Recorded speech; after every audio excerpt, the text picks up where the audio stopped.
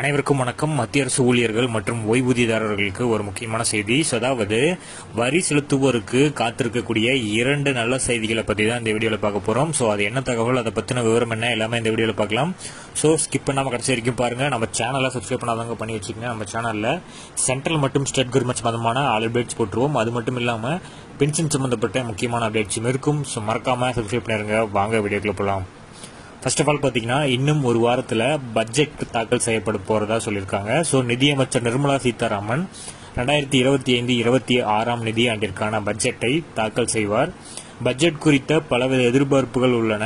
வரி விலக்குகள், வரி வரம்பில் ஏற்றம் ஆகியவற்றிற்கான வரி செலுத்துவோரோட ஆவலோட காத்துட்டு இருக்காங்க.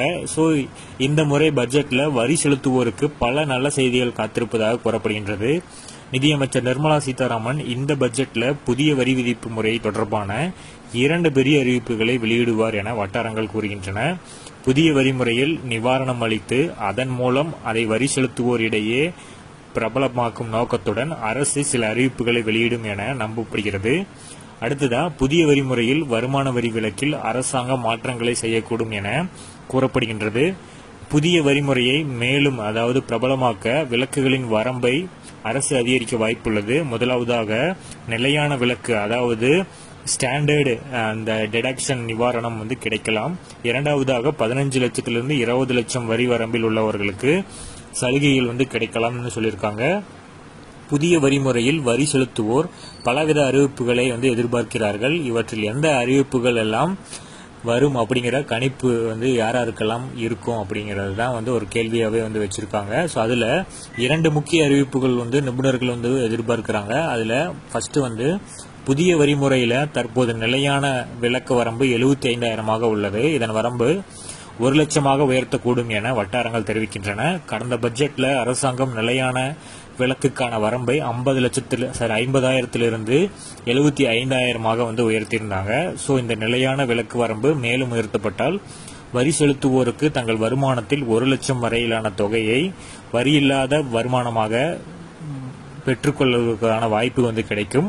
இது அவர்களுக்கு வரிக்கு உட்பட்ட வருமானம் அளவை குறைக்கும். இதன் மூலம் ஊழியர்கள் மற்றும் ஓய்வூதியதாரர்கள் இருவரும் நேரடி பயனை பெறுவார்கள். இது வரி செலுத்துவோரின் கைகளில் அதிக பணத்தை இருக்கச் செய்யும். அடுத்தது, புதிய வரி முறையில் அரசாங்கம் 20% வரி அடுக்கின் வரம்பை அதிகரிக்க வாய்ப்புள்ளதாக கூறப்படுகிறது. இதுவரை 12 லட்சத்திலிருந்து 15 லட்சம் ரூபாய் வருமானம் உள்ளவர்களுக்கு 20% வரி விதிக்கப்பட்டு வருகிறது. ஆனால் இப்போது அதை 20 லட்சம் வருமானமாக அதிகரிக்க வாய்ப்புள்ளதாக கூறப்படுகிறது.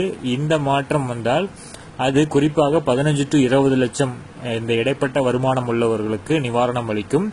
வரி அடுக்குகளில் மாற்றம் ஏற்பட்டால் நடுத்தர மற்றும் உயர் வருமான குழுவில் உள்ள வரி செலுத்துவோர்களுக்கு மிகவும் பயனளிக்கும். ஏனெனில் இந்த வரம்பு அதிகரிக்கப்பட்டால் இவர்கள் முன்பை விட குறைவாக வரி செலுத்தினால் போதும் அப்படிங்கிறது வரும். பழைய வரிமுறைகளை மெதுவாக நிறுத்த புதிய வரிமுறைகளை மிகவும் சுவாரஸ்யத்தனமாகவும் கவர்ச்சிகரமாகவும் மாற்றுவதற்கு அவசியம். தற்போது புதிய வரிமுறையில் 7 லட்சம் வரையிலான வருமானத்திற்கு வரி விலக்கு அளிக்கப்படுகிறது. மேலும் இதில் நிலையான விலக்கு கிடைக்கிறது. இதை தவிர வேறு எந்த வகையான விலக்குகளும் இதுவரை இதில் இல்லை அப்படிங்கறதும் சொல்லியிருக்காங்க. பட்ஜெட்ல இந்த மாற்றங்கள் செய்யப்பட்டால் அது நடுத்தர மக்களுக்கு மிகப்பெரிய நிவாரணமாக இருக்கும். நிதியமைச்சர் நிர்மலா சீதாராமன் புதிய வரிமுறையில் பலவித மாற்றங்களை செய்வார் என பெரிய எதிர்பார்ப்புகள் உள்ளன. பட்ஜெட்டில் தாக்கலன்று இந்த எதிர்பார்ப்புகள் பூர்த்தியாகுமா இல்லையா என்பதை பொறுத்திருந்து பார்ப்போம். அப்பொழுது நம்ம சேனல்ல உடனடியாக வீடியோஸையும் தெரிவிப்போம், தகவலும் உங்களுக்கு கிடைச்சிரும். மறக்காம சப்ஸ்கிரைப் பண்ணி வச்சுக்கோங்க. Thank you and all the best.